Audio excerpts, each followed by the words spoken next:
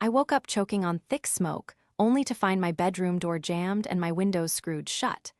My family wanted me dead for the insurance money, so I survived and set a trap they never saw coming. Before we continue today's story, we have an urgent announcement to make. Due to technical issues, we are pivoting towards another channel. Please subscribe to our new channel, Kin and Karma. You can find the link in the video description, the pinned comment, and the collaboration tag on this video. Make sure to switch over now so you don't miss out. Thank you for your support. Now back to the story. The first thing that registered was the oppressive, suffocating weight pressing down on my chest. I was dreaming about swimming in a lake of tar, my limbs heavy and useless, struggling to breach the surface for just a single gasp of clean air. But when I finally forced my heavy eyelids open, the nightmare didn't end. It had bled into reality. My bedroom was entirely engulfed in a thick, rolling darkness. The air was no longer invisible. It was a tangible, acrid entity that clawed at the back of my throat and burned the inside of my nostrils. Smoke. My custom-designed home, the sanctuary I had poured 3 years of architectural freelance work into, was on fire. Adrenaline, cold and sharp, flooded my veins, instantly banishing the grogginess of sleep. I threw off my heavy duvet, my bare feet hitting the heated oak floorboards. Except the floor wasn't just heated by the radiant system I had installed, it was alarmingly hot. The ambient temperature in the room was soaring. "Evelyn! Wyatt!" I screamed, my voice immediately cracking as I inhaled a lungful of toxic, gray soot. I dropped to my hands and knees, remembering the fire safety protocols I had drilled into my own head. The air was marginally clearer down by the baseboards. I crawled frantically toward the heavy, solid-core wooden door that led to the main hallway. Reaching up, I grabbed the brushed brass handle. It was warm, but not searing. I pressed the latch and pulled. Nothing happened. I pulled harder, planting my knee against the doorframe for leverage. The door rattled in its frame, but it held fast. It wasn't locked. It felt as though something heavy and immovable had been wedged directly beneath the handle on the other side. Panic, cold and absolute, began to wrap its icy fingers around my racing heart. "Help! Someone! The door is stuck." I shrieked, pounding my fists against the thick wood until my knuckles bruised. The only answer was the deep, terrifying roar of hungry flames consuming the first floor beneath me. The smoke alarms, the top-of-the-line, hardwired system I had paid thousands of dollars for, were entirely silent. There was no piercing beep, no automated voice warning of fire. Just the crackle of burning drywall and my own ragged, desperate breathing. I spun around, coughing violently, my eyes streaming with involuntary tears. The windows. My bedroom was on the ground floor, facing the sprawling backyard. I had designed those beautiful, oversized casement windows myself. I scrambled across the floor, blindly feeling my way past the edge of my bed and my drafting table, knocking over a cup of expensive pens in the darkness. I reached the window seat, hauled myself up, and fumbled for the heavy metal latch. I turned it, pushing outward with all my remaining strength. The glass pane didn't budge. I pushed again, using my shoulders, my back groaning under the strain. Nothing. Through the glass, illuminated by the eerie, dancing orange glow reflecting off the lawn, I saw the reason. Spaced perfectly along the wooden frame of the window, gleaming maliciously in the firelight, were 4 heavy-duty steel construction screws. They had been driven straight through the sash and into the frame. Fresh wood shavings dusted the sill. My breath hitched. My mind, usually so analytical and structured, completely blanked. Someone had screwed my windows shut from the outside. Then, a movement caught my eye. Standing at the edge of the property line, near the tree line, partially hidden by the shadows, was a figure.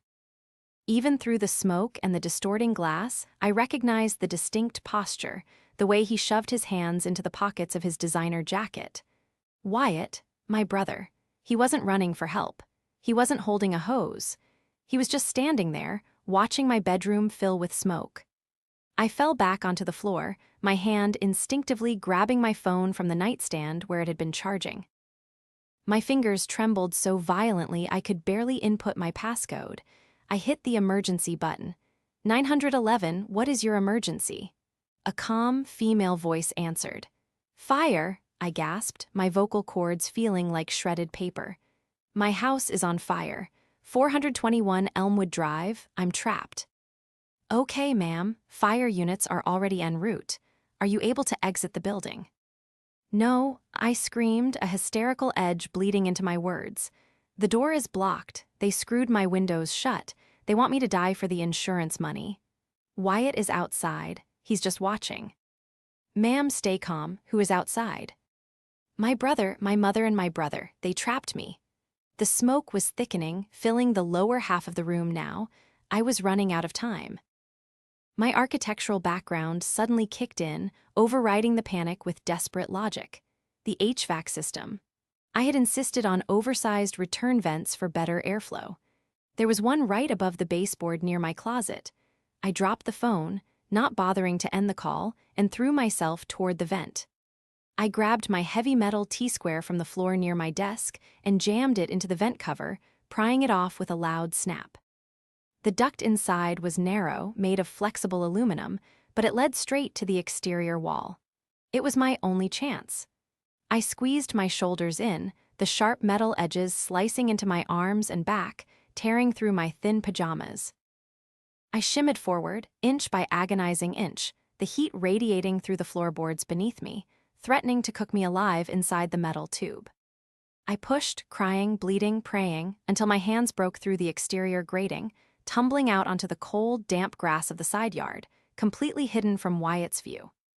I lay there, gasping in huge, greedy mouthfuls of oxygen, my vision swimming, until the distant, wailing sirens grew deafeningly loud, and the world faded to black. When I finally opened my eyes again, the world was a blur of sterile white and the rhythmic, annoying beep of a heart monitor. The smell of smoke was gone, replaced by the sharp, chemical sting of hospital-grade antiseptic. My throat felt like it was lined with shattered glass, and my arms were wrapped tightly in thick white bandages. "Ms. Williams?" a deep, gravelly voice asked. I turned my head, wincing at the stiffness in my neck. A man in a dark suit, holding a silver badge, was standing at the foot of my bed. He had sharp, observant eyes that didn't miss the way I flinched. "I'm Carter," he said gently. "Fire investigator. I need to ask you a few questions about what happened tonight, Amelia." I swallowed hard, reaching for the plastic cup of water with a trembling, bandaged hand. "My house. The structure is severely damaged but standing," Carter said, pulling up a chair and sitting down heavily. "But that's not why I'm here. I listened to the 911 dispatch tape, Amelia. The dispatcher recorded everything you screamed before you dropped the phone." He leaned forward, his expression darkening with a mixture of professional grimness and personal sympathy. "We found the steel screws in the window frames, fresh drill marks. We found the heavy oak dresser shoved against your bedroom door, and we found something else." I stared at him, my heart hammering against my ribs, a sickening knot forming in my stomach. "We found a newly finalized multi-million-dollar life insurance policy in your name," Carter stated, his voice dropping to a near whisper. "The sole beneficiaries are Evelyn and Wyatt, your mother and your brother." I closed my eyes, a single tear escaping and tracking a hot path down my soot-stained cheek.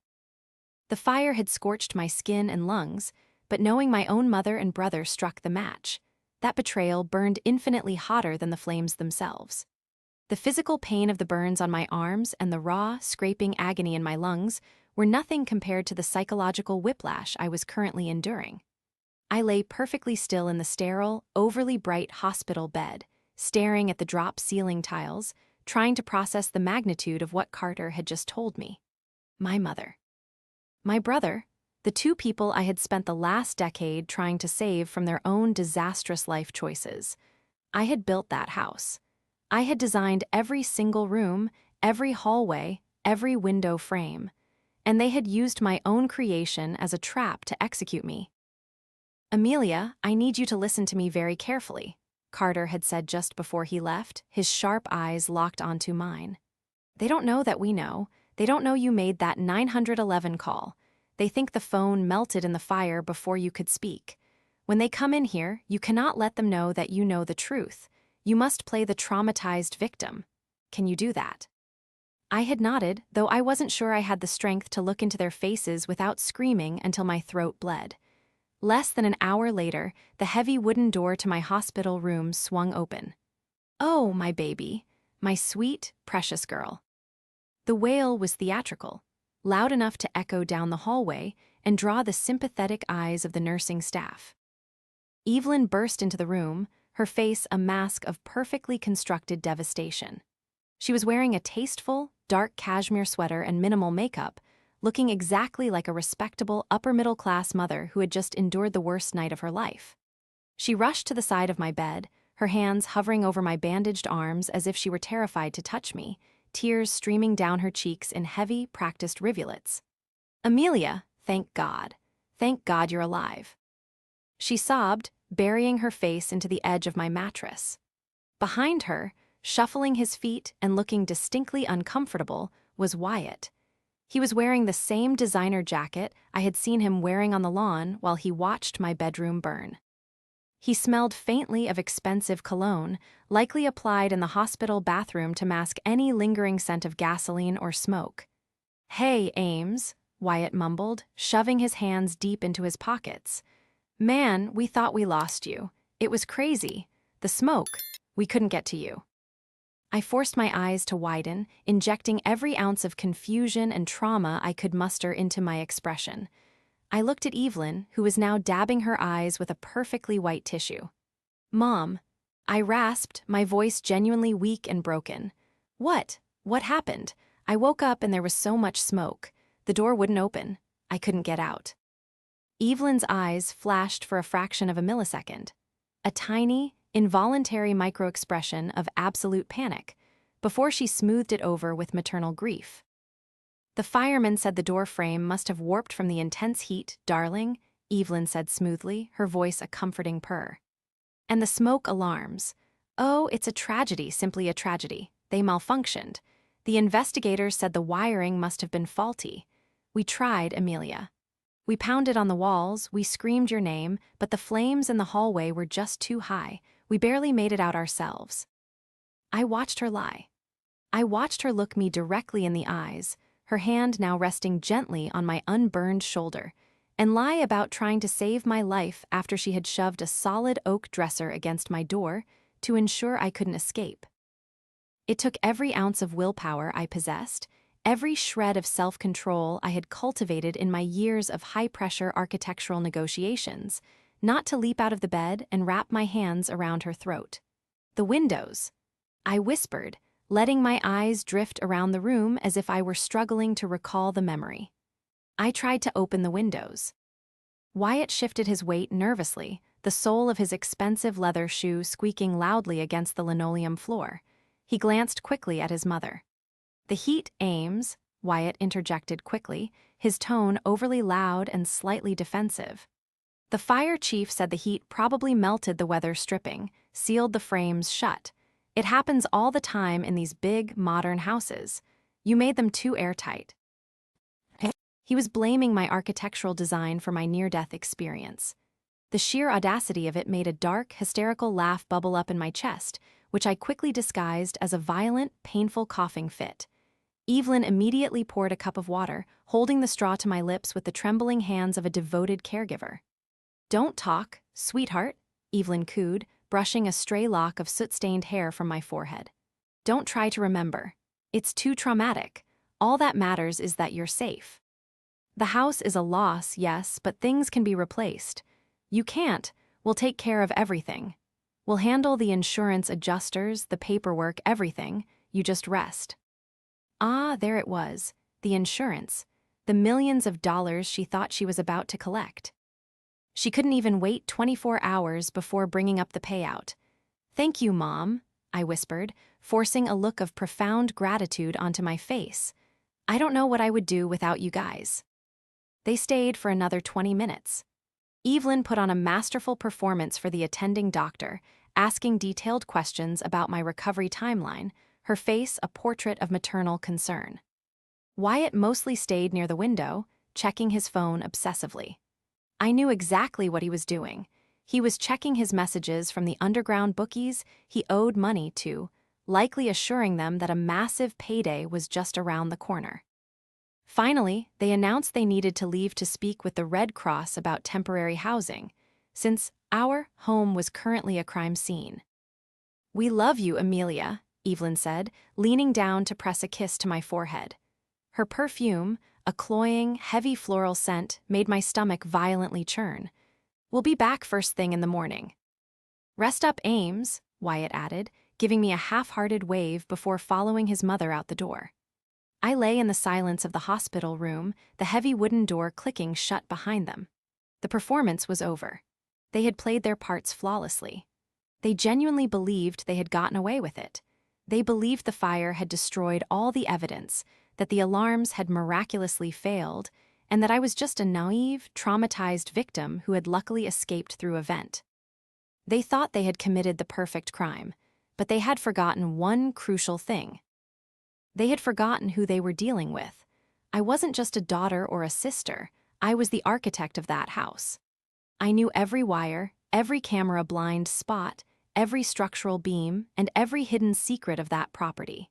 And as I stared at the closed door, the victim inside me died, and a strategist was born. To truly understand the depth of this betrayal, one had to understand the parasitic nature of my family dynamic. For as long as I could remember, I had been the designated life raft in a sea of their self-inflicted crises. Evelyn was not a mother in the traditional sense. She was a professional socialite, a woman who treated her life like a stage play where she was the perpetual, long-suffering star. She didn't have a job. Instead, she had a vocation. She was the chairwoman of half a dozen local committees, the head of the neighborhood watch, the organizer of charity bake sales. She dressed in immaculate pastel blazers, wore her hair in a severe, expensive bob, and projected an aura of unshakable moral superiority to anyone who would listen. But behind closed doors, Evelyn was a financial black hole. Her charity galas and community status were funded entirely by a revolving door of maxed-out credit cards and predatory personal loans. She believed she was entitled to a life of luxury simply by virtue of existing, and she viewed anyone with money as a resource to be tapped. And then there was Wyatt. At 30 years old, my brother had never held a job for longer than 6 months. He was the classic golden child, the handsome, charming boy who could do no wrong in Evelyn's eyes. When Wyatt failed out of college, Evelyn blamed the professors. When Wyatt got fired from a prestigious internship I had secured for him, Evelyn blamed the toxic corporate culture. But the real toxicity was Wyatt's addiction. He was a gambler. Not the glamorous, casino-hopping kind, but the grim, desperate kind who owed dangerous amounts of money to men who didn't send collection letters in the mail. I was the exact opposite. Driven by a deep-seated terror of ending up like them, I had thrown myself into my education and my career. I started my own freelance architectural firm at 26. By 32, I was designing multi-million-dollar custom homes for tech executives and wealthy developers. I was disciplined, frugal, and highly successful. And naturally, my success made me a target. 6 months ago, the house of cards Evelyn and Wyatt had built finally collapsed. Evelyn's creditors were threatening to put a lien on her townhouse, and Wyatt had shown up at my office with a bruised rib and a split lip, begging for $50,000 to keep his kneecaps intact. Against my better judgment, against the screaming alarms in my own head, I caved. They were my family. I paid off Wyatt's debt. I settled Evelyn's most aggressive accounts. And in a moment of monumental stupidity masquerading as familial duty, I offered them the entire first-floor suite of the massive, custom home I had just finished building for myself on Elmwood Drive. "Just until you get back on your feet," I had told them, handing over the keys. But they didn't want to get back on their feet. They wanted to live in my house. Lying in the hospital bed, the memories of the last few months began to crystallize, forming a horrifyingly clear picture. The subtle comments, the invasive questions. I remembered a Tuesday evening about 3 months prior. I was sitting at the massive marble kitchen island, reviewing blueprints, when Evelyn glided into the room, holding a glass of expensive wine she had pulled from my private cellar. "Amelia, darling," she had said, her tone casually conversational as she leaned against the counter. I was just speaking with Margaret from the Rotary Club. Did you know her daughter passed away unexpectedly last month?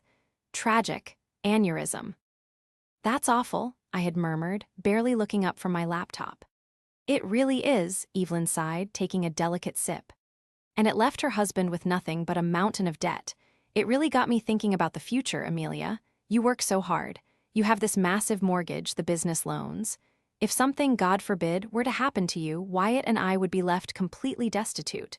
We'd lose the house. We'd have to assume all your debt. My debt is covered by my corporate structure, Mom, I replied, feeling a prickle of annoyance. You wouldn't be liable. Still, she pressed, her voice taking on that whining, manipulative edge she perfected over decades. It's irresponsible not to have a safety net, a life insurance policy, just something to ensure your family is taken care of. It's what mature, responsible adults do, Amelia. She had harped on it for weeks, every dinner, every passing conversation in the hallway. Wyatt joined in, casually mentioning how stressful my job looked and how you never know what could happen. Eventually, exhausted by the constant nagging and wanting to buy some peace in my own home, I agreed. I allowed Evelyn to set up a meeting with a broker she supposedly knew from her charity work. I signed the paperwork, barely reading it, authorizing a massive policy designed to cover the total value of my estate and then some. I remembered the look on Evelyn's face when I handed the signed documents back to her. Her eyes had gleamed, a sharp, predatory satisfaction flashing across her perfectly powdered features.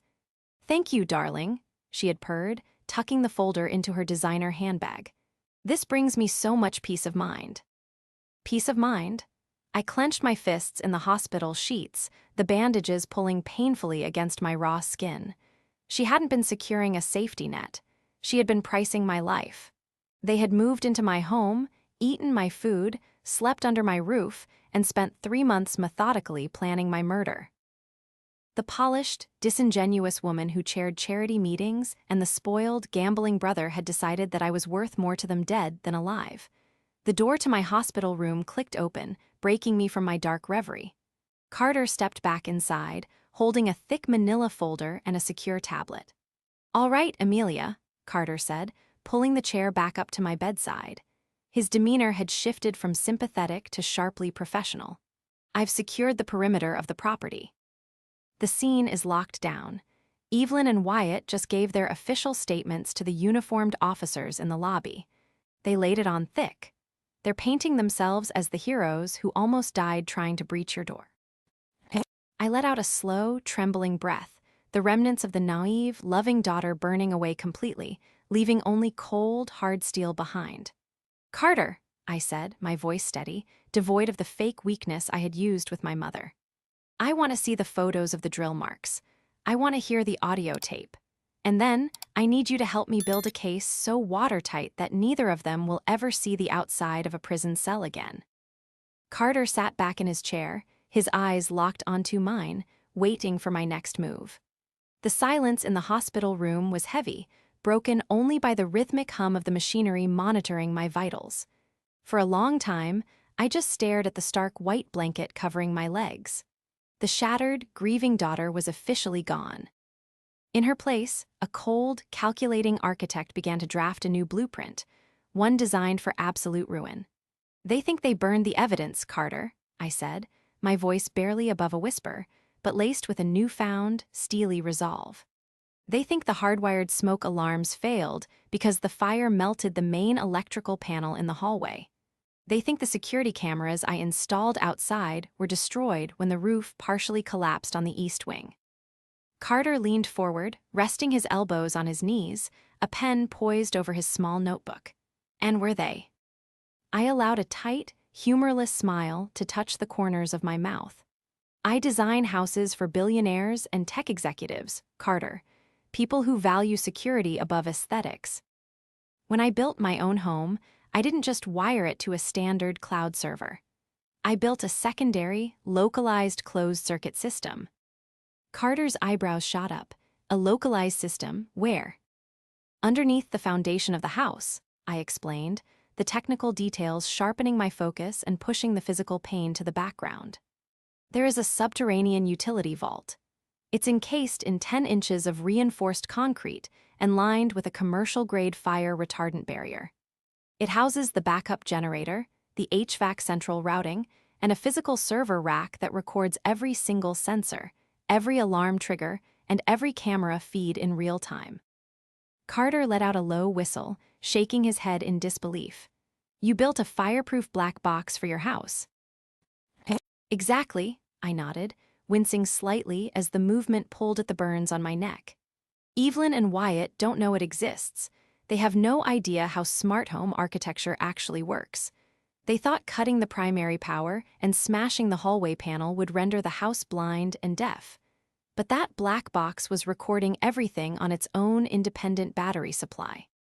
Carter stood up abruptly, his professional demeanor charged with electricity. If that server survived the heat and the water damage from the fire hoses. It survived, I said with absolute certainty. It's rated to withstand temperatures up to 2,000 degrees for 4 hours. You need to send your forensics team into the basement. Look for a steel hatch concealed beneath the slate tiles in the wine cellar. The code to the biometric lock is my birth date backwards.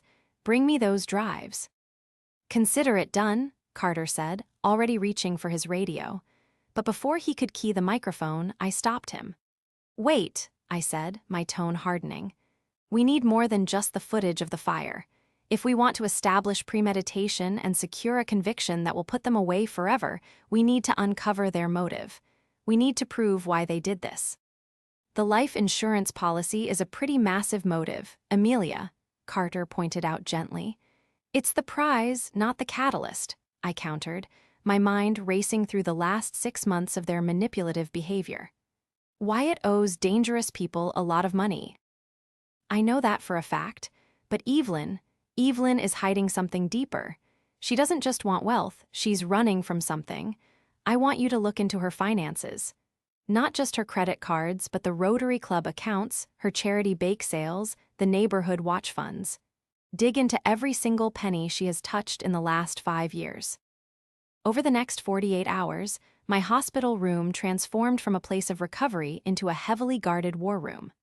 Carter enlisted the help of a forensic accountant and a private investigator he trusted implicitly. Because my room was listed under an alias to protect me from the press, we worked in absolute secrecy. The first piece of leverage arrived on a Tuesday afternoon. Carter walked in, his face grim, holding a thick, encrypted tablet.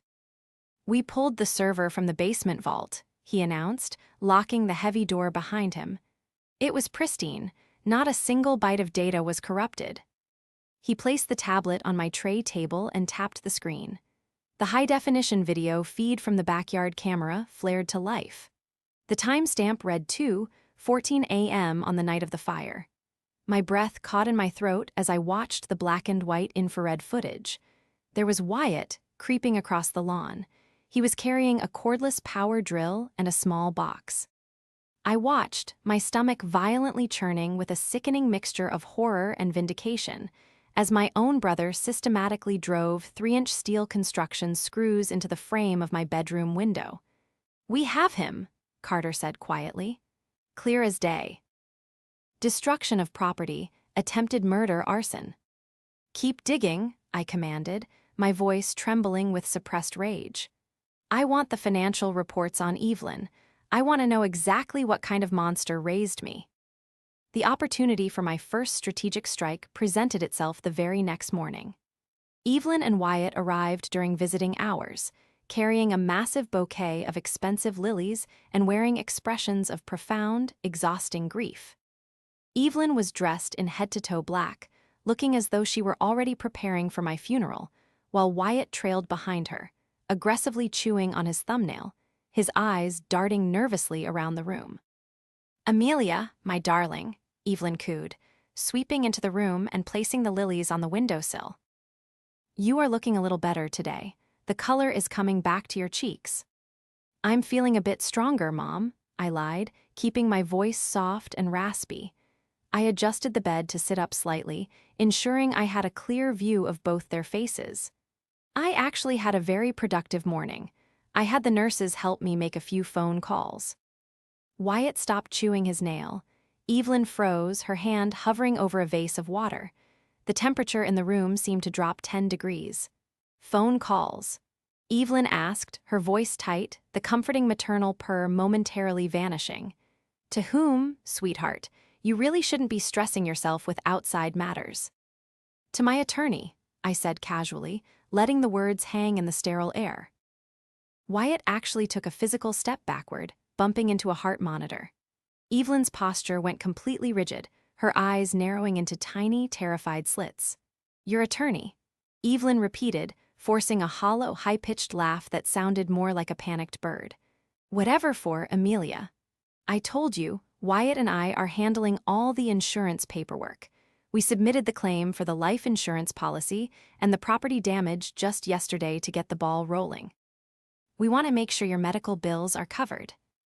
I know you did, Mom, and I appreciate it, I said, delivering my first calculated blow with surgical precision. But there's a slight complication. You see, when I set up that life insurance policy you recommended, I didn't list you and Wyatt as the direct beneficiaries. The silence that followed was deafening. I could hear the faint ticking of the wall clock, each second amplifying the rising panic in their eyes. What? What do you mean? Wyatt stammered, his face draining of all color. Mom said we were the beneficiaries. I told her you were, to give her peace of mind. I continued calmly, watching Evelyn's carefully constructed mask begin to fracture. But legally, the policy pays out directly to a blind, irrevocable corporate trust I established for my architectural firm. It's an asset protection strategy. Evelyn gripped the edge of my bedrail, her knuckles turning stark white. A trust? Amelia, what does that mean? It means, I said, staring directly into my mother's eyes, that no individual can access those funds. Not even me, while the investigation is ongoing. The insurance company's forensic auditors have to clear the fire of any foul play before a single dime is released to the trust. And even then, the trust only distributes funds to approved corporate vendors. It doesn't pay out personal cash. Evelyn's face contorted into a mask of pure, unadulterated fury. The grieving mother act instantly vaporized, replaced by the selfish, desperate woman she truly was. You lied to me. She hissed, her voice dropping into a harsh, vicious register I hadn't heard since I was a child. You let me believe we were protected. You selfish, ungrateful little brat. Do you have any idea the position you've put us in? Mom, chill out, Wyatt whispered frantically, looking terrified by her sudden outburst. Shut up, Wyatt. Evelyn snapped, whirling on him before turning her venomous glare back to me. I am your mother. I am entitled to that money. I have bills, Amelia. We have expenses. We lost all our belongings in that fire, too. I'm sorry, Mom, I said, projecting an air of helpless innocence. I thought you just wanted me to have a safety net. I didn't realize you needed the cash immediately. Evelyn began to pace the floor, her breathing heavy and ragged. She was cornered, her massive payday snatched away, her debts still looming. She pointed a trembling, manicured finger at me. I will call my own lawyers, Evelyn threatened, her voice shaking with rage and poorly concealed panic. I will have you declared mentally unfit due to trauma. I will file for immediate power of attorney. I am your next of kin, Amelia, and I will not let you hoard this money while your family suffers. She grabbed her designer purse from the chair and stormed toward the door. Come, Wyatt, we have work to do. Wyatt looked at me, his eyes wide with a mixture of terror and utter confusion, before scurrying out the door behind his mother. As the door clicked shut, Carter stepped out from the adjoining private bathroom, where he had been silently listening to the entire exchange. Well, Carter said softly, writing something down in his notebook. I'd say you definitely hit a nerve. She practically confessed to needing the money right now. She's desperate, I said, feeling a cold satisfaction settling in my chest. And desperate people make mistakes. What did the financial investigator find? Carter pulled up a chair and opened his encrypted tablet once more. His expression was graver than I had ever seen it. Your mother isn't just desperate, Amelia, Carter said, his voice deadly serious. She's a seasoned predator. The forensic accountant dug into her community accounts. Over the last 5 years, Evelyn has embezzled nearly $400,000 from the local Rotary Club, the Neighborhood Watch, and the Children's Hospital charity fund she chairs. I closed my eyes, a wave of profound nausea washing over me. Embezzling from a children's charity. There truly was no bottom to her depravity. She's been cooking the books, moving small amounts into offshore accounts, and using the funds to pay minimum balances on her massive credit card debts, Carter continued. But the walls were closing in. The Rotary Club scheduled an independent audit for next month. If she didn't replace that money, she was facing federal wire fraud charges and a guaranteed prison sentence. So she needed my life insurance payout to cover her theft, I whispered, the final puzzle piece locking into place. She wasn't just being greedy. She was trying to save herself from federal prison. Exactly, Carter confirmed. And Wyatt's gambling debts are worse than you thought. He owes roughly $150,000 to a syndicate operating out of the city. They gave him a deadline of this Friday. Hence, the rushed, sloppy execution of the fire. The sheer scale of their deception was breathtaking. They had orchestrated my brutal murder simply to balance their checkbooks. But here is the most important part, Carter said, pulling up an audio file on his tablet. This is a recording we recovered from your basement server. It's an ambient audio recording from the kitchen smart speaker, captured the afternoon before the fire. He pressed play. The familiar, high-fidelity sound of my own kitchen filled the hospital room. I'm telling you, it's too risky, Mom. What if she wakes up? What if the windows don't hold? Wyatt's voice echoed, frantic and trembling. She won't wake up. The smoke will put her to sleep long before the flames reach the door, Evelyn's voice replied, cold, calculated, and devoid of any human empathy. You just make sure those screws are tight. If she gets out, Wyatt, those men will break your legs and throw you in the river. This is the only way. There was a long pause on the recording. I can't believe we're doing this, Wyatt muttered. Then came the phrase that changed everything. Evelyn's voice dropped to a conspiratorial whisper. We aren't doing anything, Wyatt. You are. I will be asleep in the guest room. If anything goes wrong, if the investigators get suspicious. Well, you have a documented history of severe gambling debts and desperate behavior. I am simply a grieving mother. Do you understand me? You take the risk, or you face the syndicate alone. The recording clicked off. I stared at Carter, utterly stunned. Evelyn hadn't just manipulated Wyatt into helping her commit murder. She had systematically set him up to be the sole fall guy if they got caught. She had planned to throw her own son under the bus to save herself. She's a monster, I breathed. She is, Carter agreed, and she's escalating. Our undercover officers just reported that Evelyn is organizing a community vigil and medical fundraiser for you tomorrow evening at the town hall. She's claiming your insurance is tied up in bureaucratic red tape, and she needs immediate cash donations from the community to cover your life-saving surgeries. She's using my tragedy to steal from the same community she's already embezzling from, I said, my blood boiling. She wants a quick cash grab before the Rotary audit. We have enough to arrest her right now, Amelia, Carter said, placing a hand gently on my arm. We have the drill footage. We have the audio. We can end this. No, I said, my voice hardening into absolute, unbreakable steel. If we arrest her quietly, she will spin it. She'll play the victim to the press. She'll claim she was framed. I want her to face the people she's been lying to. I want her completely, utterly destroyed in public.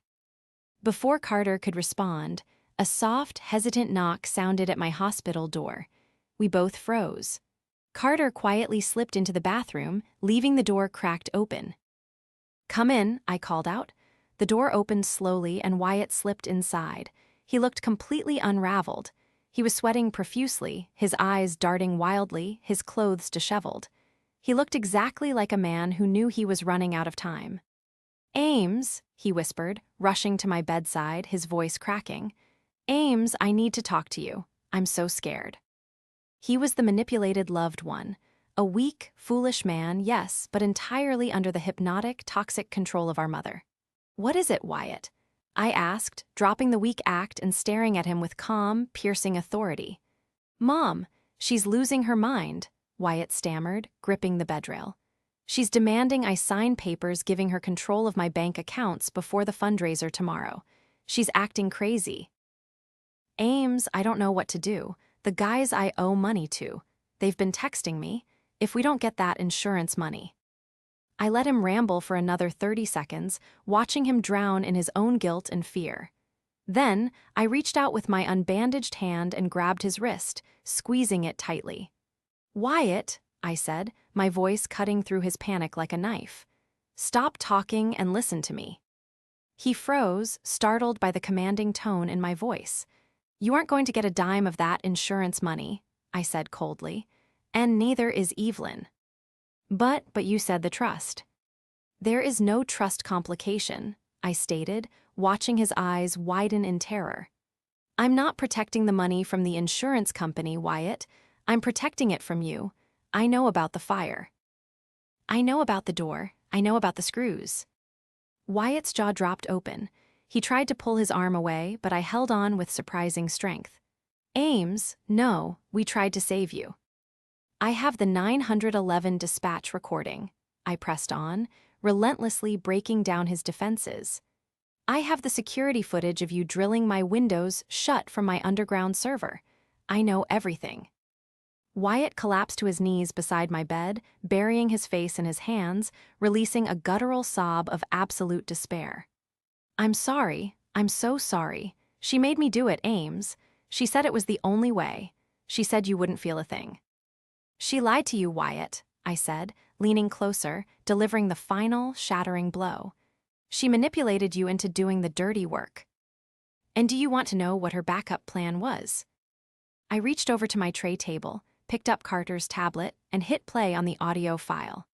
Wyatt knelt there, trembling violently as he listened to his mother's cold, calculating voice plotting to frame him entirely.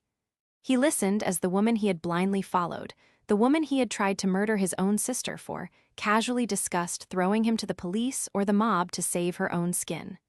When the recording ended, Wyatt slowly lifted his head. His eyes, previously filled with panic and confusion, were now hollow and dark with a devastating realization. The spell was broken. His loyalty to Evelyn shattered into a million irreparable pieces right in front of me. "She was going to let me take the fall," Wyatt whispered, his voice completely dead. "She still is," I replied. "Tomorrow night at the fundraiser. She's going to take the cash and run, leaving you to face the police and the syndicate. Unless, of course, you help me stop her." Wyatt looked at me, tears streaming down his face, and nodded slowly. "What do you want me to do?" The Oakwood Town Hall was draped in artificial mourning. Lavender ribbons and white lilies, Evelyn's signature touch, adorned the heavy oak podium. The room was packed with the town's elite, Rotary Club members, local business owners, and neighbors I had known since childhood. They spoke in hushed, reverent tones, clutching glasses of punch, and looking toward the stage where a large, framed photograph of me sat draped in black silk. Evelyn stood center stage, a vision of tragic grace. She wore a modest charcoal suit, her hair perfectly coiffed, her eyes artfully rimmed with just enough redness to suggest sleepless nights of prayer. Beside her stood a large plexiglass donation box, already half full of checks and thick envelopes of cash. "Friends, neighbors," Evelyn's voice wafted over the microphone, trembling with a practiced, melodic sorrow. "As many of you know, my brave daughter Amelia is still fighting for her life in the burn unit. The doctors say it's a miracle she survived that faulty wiring fire. But the road to recovery is long, and as a mother, it breaks my heart to say that her insurance company is being difficult. They are questioning the very home she built with her own hands." A sympathetic murmur rippled through the crowd. I watched from the darkened wings of the stage, seated in a wheelchair, hidden behind a heavy velvet curtain. Carter stood behind me, his hand resting reassuringly on the handle. Wyatt stood to my left, trembling, his face ghostly pale. "I am not a woman who asks for handouts," Evelyn continued, dabbing her eye with a lace handkerchief. "But for Amelia's surgeries, for her future, I am swallowing my pride." Every dollar you give tonight goes directly to her care. Is that right, Mother? I signaled Carter, and he pushed my wheelchair out from behind the curtain directly into the spotlight. The collective gasp from the audience was deafening. People dropped their glasses, chairs scraped loudly against the floor. Evelyn froze, her hand still holding the handkerchief to her eye. Her jaw didn't just drop, it seemed to unhinge. The color drained from her face so fast I thought she might actually faint. "Amelia!" Someone screamed from the front row. "She's here." I looked horrific, and I knew it. My arms were heavily bandaged, a gauze wrap circled my neck, and the hospital gown was only partially obscured by a heavy coat. But my eyes were clear, and my voice, amplified by the secondary microphone Carter had clipped to my lapel, was steady. "You look surprised to see me, Mom," I said, my voice echoing through the hall. "I thought you said the doctors were worried I wouldn't make it through the night." Evelyn scrambled to regain her composure, her eyes darting frantically toward the exits, only to see uniformed officers quietly stepping into place at every door. "Amelia, darling, you shouldn't be out of bed. You're delirious from the medication." "I'm not delirious," I said, turning my wheelchair to face the crowd. "I'm the victim of an attempted murder." The room went deathly silent. "The fire at 421 Elmwood wasn't caused by faulty wiring," I stated, my voice ringing with architectural precision. "It was arson, and I wasn't trapped by warped wood." My bedroom door was barricaded with a dresser, and my windows were screwed shut from the outside with 3-inch steel construction screws. Evelyn lunged for the microphone, her face contorting into a snarl. "She's confused. The trauma." "Show them, Wyatt," I commanded. Wyatt stepped forward into the light. He looked at the mother who had planned to betray him, and for the first time in his life, he didn't flinch. He pulled a small remote from his pocket and pressed a button. The massive projector screen behind the podium, usually used for town council presentations, flared to life. It wasn't a slideshow of my life. It was the high-definition infrared footage from the basement server. The entire room watched in horrified silence as Wyatt, clearly identifiable, drilled the screws into my window. "I did it," Wyatt shouted over the gasps of the crowd, his voice cracking with a mixture of shame and liberation. "I did it because she told me to. She said Amelia was worth $3 million dead. She said she'd frame me if I didn't help her." "You're lying," Evelyn shrieked, her voice hitting a manic, glass-shattering register. "He's a gambler, he's a thief. He did this on his own." "Then explain this, Evelyn," I said, as the audio recording from the kitchen began to play over the hall's professional sound system. "She won't wake up. The smoke will put her to sleep. You take the risk, or you face the syndicate alone." The recording played to the very end, the part where Evelyn explicitly detailed how she would use Wyatt as her fall guy. The reaction was instantaneous. The community members, the people Evelyn had groomed and lied to for years, recoiled in physical disgust. Margaret, the woman whose daughter's death Evelyn had used as a prop, stood up and threw her drink toward the stage. "You monster," Margaret cried. Evelyn backed away from the podium, her heels clicking frantically on the wood. She reached for the plexiglass donation box, trying to heave it off the table to take the cash with her, but Carter was faster. He stepped forward, his badge gleaming under the stage lights. "Evelyn Williams, you are under arrest for attempted first-degree murder, aggravated arson, and insurance fraud," Carter said, his voice booming. "And based on the evidence we've gathered this morning, we're adding multiple counts of federal wire fraud and embezzlement." As the handcuffs clicked shut around Evelyn's wrists, she didn't cry. She didn't plead. She looked at me with a hatred so pure it felt like a physical weight. "I should have used more screws," she spat. The crowd erupted in jeers as she was led away in front of everyone she had ever sought to impress. Her perfect life, her social standing, and her freedom were gone in a single, devastating stroke of justice. The aftermath of the fire was a long, grueling process, but for the first time in my life, I wasn't carrying the weight of my family on my back. Evelyn was denied bail. The evidence from the black box server, combined with the 911 recording and the forensic audit of the charity accounts, was insurmountable. Faced with the mountain of proof, she eventually accepted a plea deal to avoid the death penalty, resulting in a sentence of life without the possibility of parole. She transitioned from the queen of the Rotary Club to an inmate in a high-security women's facility, where her charm and pastel blazers meant absolutely nothing. Wyatt's path was more complicated. Because he had cooperated fully, provided the testimony needed to bury Evelyn, and was clearly under her psychological duress, he received a significantly reduced sentence for his role in the arson. He is currently serving 10 years with a mandatory gambling addiction program. I visit him once a month. We don't talk about the money or the house, we talk about healing. For the first time, he is taking responsibility for his own life. As for me, I didn't just rebuild my house, I redesigned my life. I used the insurance payout, which was eventually released after the investigation cleared me of any involvement, to establish a foundation for victims of elder and familial financial abuse.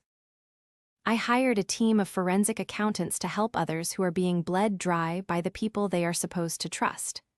A year after the fire, I stood on the back deck of my new home. It looks much like the old one, but the windows are different. They are large, beautiful, and they open with the slightest touch, letting in the sweet, cool air of the evening.